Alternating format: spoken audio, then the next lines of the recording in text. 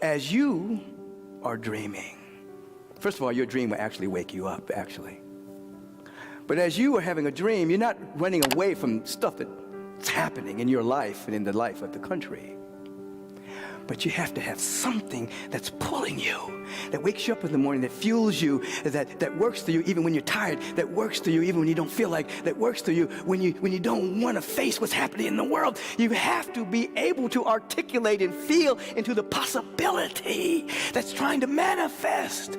Or you'll never experience bliss. You'll only experience the avoidance of pain, and that's where so many people live. That's half living. To move through life, and your whole movement is about, I don't want to feel pain. I'm running to pleasure, and I'm running away from pain. No, we call that living on the waves of the surface of the ocean of bliss. Bliss is the function of the activation of your potential. But you have to have a dream and a vision that helps you activate your potential. Then you can feel the bliss of living. And that bliss of living has very little to do with an external circumstance. I can remember Clarence Chance, who had been in prison for 17 years for a crime he did not do, found bliss in jail. He was studying the art of Krishnamurti's teaching of meditation, and in his 12th year of practicing, he had a deep sense of peace and bliss. Body incarcerated, mind and soul free. 5 years later, the Innocence Project took on his case. He was released to discover that those who had set him up in the police department were now higher up in the Los Angeles Police Department. He received millions of dollars for his inconvenience. Point being, the external circumstance didn't change at that moment, but the bliss came from the activation of the potential of his soul, you see. And so I remember attending Holman's Methodist Church when I was a young boy. My mother took me there to see Dr. King speak.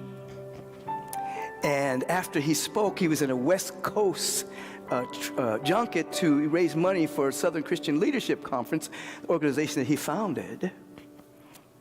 I remember shaking his hand at the end. My mother brought me up and shook his hand, had a little conversation with him. And after I finished shaking his hand, I remember telling my mother, he has such soft hands. My mother said, he does a different kind of work, baby.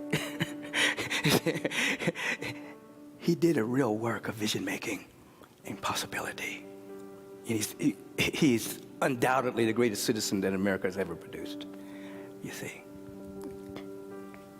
And so today, this moment, we're inviting the frequency and the vibration of soulful success. Subjectifying that everything that I'm about, I'm starting a business, I have a place of employment, whatever, I'm manifesting money in my life, whatever it is, must be accompanied by and inspired by, I want to be more myself. So at the end of the day, I have not gained the whole world and lost my soul. I've got the bonus of all needs met, but I'm not the same person I was last year. I'm not the same person I was 10 years ago.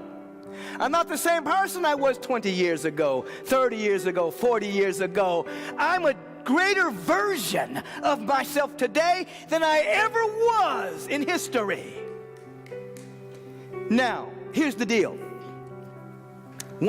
Going back to the dream will qualify you, and you don't have to be perfect. We're just looking for progress. When you embrace yourself, and you're able to look at yourself without judgment, that's one of the beginning stages of enlightenment, by the way, when you're able to look at your stuff you're hiding from yourself, stuff you're hiding from others, just mistakes you may have made in life, misgivings, missteps, mistalk, whatever it is, but you're able to just, with all of that, embrace it in a non-judgmental way. Something happens. It quickens enlightenment, which is the releasing of obscurations of the mind from seeing who you are. but you become a non-judgmental individual. Because most judgment is coming from the projection of unhealed areas in one's own soul, projecting onto other people. And the more angry people get about other people, it means that there's something within them they haven't dealt with yet. You become non-judgmental. And you're enabling yourself to have the power of discernment. We're able to see the presence of God in an individual even when they can't see it. You see?